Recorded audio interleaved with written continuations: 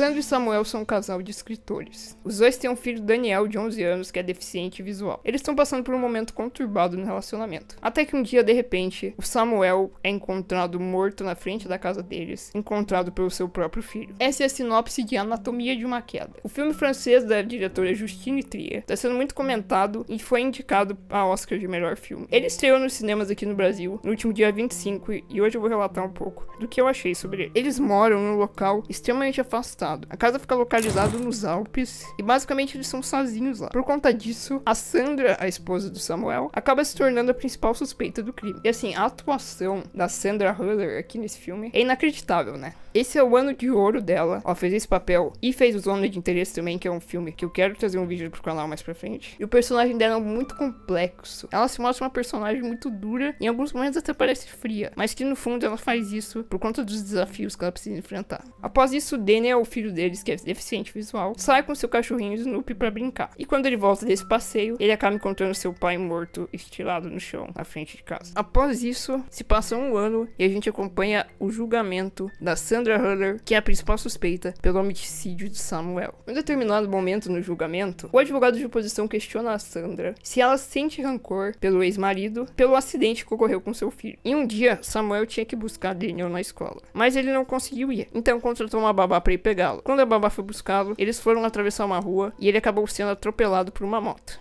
Com isso, um nervo se rompeu e ele acabou perdendo praticamente toda a sua visão. Após ser questionada, a Sandra fala que por uns dias ela sentiu rancor, mas que depois não tinha sentido ficar remoendo isso, porque a única pessoa que ia ser realmente afetada ia ser o filho. E ela não queria isso, ela queria que o filho dela vivesse como uma criança normal, que brincasse, pulasse e não se sentisse uma criança diferente. Agora eu vou contar um pouquinho da história da minha vida. Pra quem não sabe, eu tenho uma doença chamada atrofia muscular espinhal do tipo 2. Ela é uma doença degenerativa que afeta um nervo na coluna, que faz com que o afetado perca força em diversos membros. E essa cena dela falando, eu lembro muito da minha mãe falando isso quando eu era pequena. E a gente vê casos de mães que forçavam os filhos ao máximo, fazendo todos os tratamentos possíveis, e nenhum deles tinha um resultado concreto, fazendo com que seus filhos perdessem toda a infância. E a minha mãe e meu pai sempre falavam isso, que não fazia sentido ficar apostando e fazendo com que uma criança não pudesse viver como uma criança. E a forma que ela fala essa cena me lembra muito a minha mãe falando. Mas isso é só uma coisa pessoal que eu queria comentar mesmo. Pra mim, o personagem de destaque desse filme é o Daniel. Com alguns dias depois do acidente, o Daniel é questionado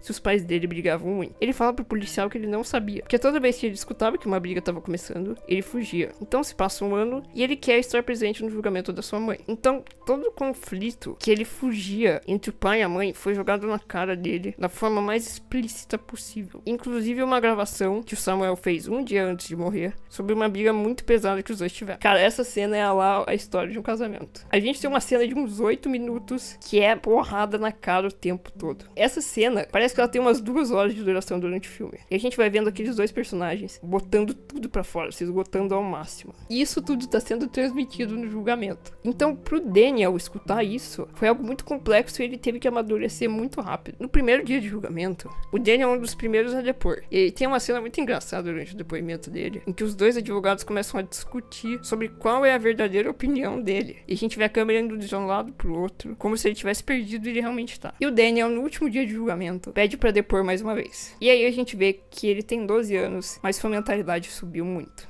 Depois dele ser aconselhado pela Marge, que é uma moça que foi instruída pra cuidar dele, pra mãe dele não interferir no depoimento dele, a gente vê ele falando sobre como ele não via a mãe dele cometendo aquele homicídio, mas via o seu pai tirando a própria vida. E pra comprovar isso, ele faz o que pra mim é a cena mais pesada do filme. Lembra do cachorrinho Snoopy que eu falei? Então, durante o julgamento, a Sandra comenta de um dia em que o Samuel tentou se matar tomando um monte de comprimido de aspirina. Só que ele havia vomitado e ela tinha visto isso e não comunicado pra ninguém. Então o Daniel, pra provar isso, resolve dar 10 comprimidos de aspirina pro seu cachorrinho Snoopy. Ele fica desesperado, obviamente, e consegue salvar o cachorro. E aí a gente entende por que ele fez isso. Ele deu a aspirina pro cachorro porque no dia em que o pai dele tentou se matar, o Snoopy ficou muito mal. Dormia o dia inteiro e só bebia água. Então ele pensou que o cachorro podia ter comido o vômito e tomado os comprimidos que o pai havia ingerido. E isso realmente acontece. Então é muito interessante a gente ver que ele, que tava tentando fugir desse conflito, acabou sendo a chave pra resolver ele, entre aspas. Porque o filme em momento nenhum conta pra gente se a Sandra foi culpada ou não. Pra ser bem sincero, isso não me fez falta nenhuma do filme. Eu fiquei tão anestesiado com aquilo que eu tinha acabado de ver que eu nem percebi que eles não haviam dado respostas. Foi só no carro indo pra casa, eu tava pensando sobre o filme e aí eu me toquei. Cara, ela matou ele ou não? E na verdade isso não importa, que o filme não é sobre isso. Por mais que o filme gire em torno de um evento principal, que é a morte do Samuel, a Anatomia de uma Queda é muito mais que isso. O filme é sobre a índole humana, onde sem a prova de fatos, o julgamento foi feito em cima da palavra de um contra o outro. Então a gente tem diversos pontos e diversas verdades.